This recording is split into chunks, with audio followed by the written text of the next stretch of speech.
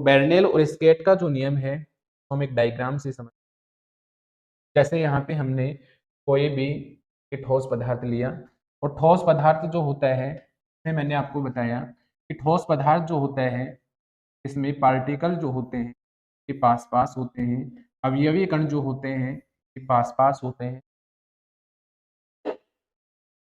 तो ये जो स्ट्रक्चर यहाँ पे हम बना रहे हैं ठोस पदार्थ के स्ट्रक्चर है, इसमें अवयवी जो पार्टिकल हैं ये पास पास स्थित, अंतरा आणविक दूरी का जो मान है बहुत ही कम है। अंतरा आणविक दूरी का मान कम होने के कारण आकर्षण बल का जो मान है इनमें अधिक पाया जाता है। यहाँ पे डायग्राम में जो आपको दिखाई दे रहे हैं ठोस पदार्थ हमने, इसमें अवयवी जो कण हैं ये पास पास होते हैं। जैसे एक अवयवी कण ये है, दूसरा अवयवी कण ये है, थर्ड अवयवी कण ये है, अवयवी कण ये है, फिफ्थ अवयवी कण ये है, सिक्स अवयवी पार्टिकल।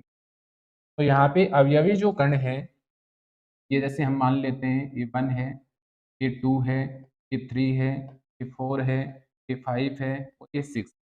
तो यहाँ पे इसमें अवयवी कण जो है ये पास पास में ठोस पदार्थ होता है, ठोस पदार्थ।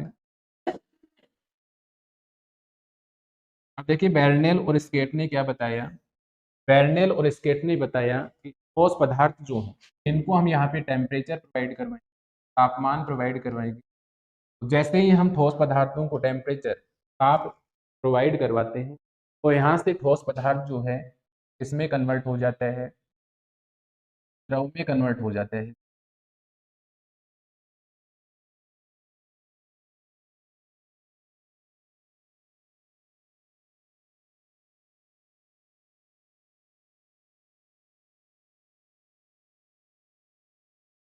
ये लिक्विड पदार्थ हो गया आपका, द्रव पदार्थ।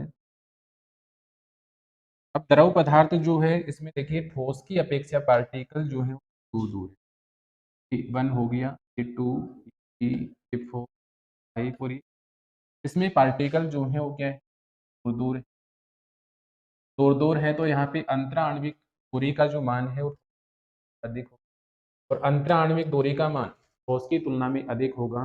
तो अंतरा आणविक आकर्षण बल का मान ही ठोस की तुलना में क्या होगा, कम होगा। ठीक, इसके बाद देखिए बेर्नौली और स्केट ने ये बताया कि यदि हम जो द्रव पदार्थ हैं इनको और तापमान देते हैं, द्रव पदार्थ जो है इनको हम यदि और टेम्परेचर प्रोवाइड करवाते हैं तो लास्ट में द्रव पदार्थ जो है गैसीय अवस्था में कन्वर्ट हो जाए। गैसीय अवस्था में कन्वर्ट होने का मतलब ये हुआ कि यहाँ से जो अवयवी कण होंगे, अवयवी पार्टिकल जो होंगे वो क्या होंगे दूर दूर अरेंज हो जाएंगे। इस प्रकार से अंतरा आणविक दूरी का जो मान है वो और अधिक बढ़ जाएगा। इस प्रकार से गैसीय पदार्थों का यहाँ पे फॉर्मेशन हो जाता है। जैसे ये 1 हो गया, 2, 3, 5, 7, ठीक, तो ये गैसीय पदार्थ हो गए।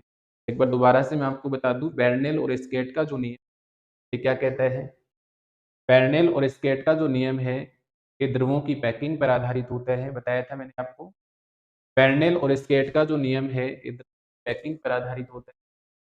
इसमें द्रव पदार्थ जो होते हैं उनकी तुलना ठोस और ध्रुवों से, ठोस और गैसों से ये समान जाती है। ठीक है, इसके बाद में बेर्नौली और स्केट ने बताया था कि जब हम ठोस पदार्थों को टेम्परेचर प्रोवाइड करवाते हैं तो द्रव में कन्वर्ट हो जाते हैं, तो द्रव पदार्थों को हम टेम्परेचर प्रोवाइड करवाते हैं अंततः गैस में कन्वर्ट हो जाते हैं।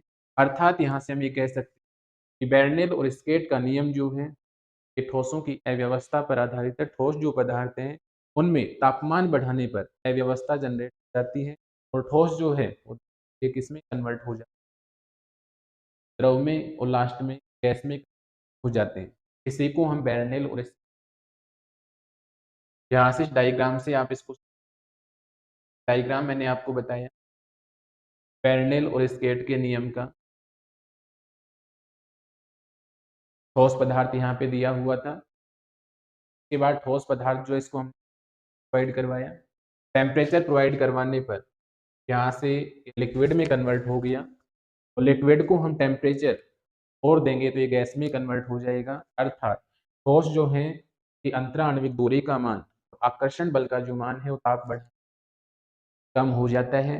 और इसी प्रकार यदि हम द्रव जो हैं उनको ताप दें, द्रव जो हैं उनको ताप देने पर इनके मध्य में अंतराण्विक दूरी का मान और अंतराण्विक दूरी का मान बढ़ने के कारण आकर्षण बल का मान भी कम हो जाता है।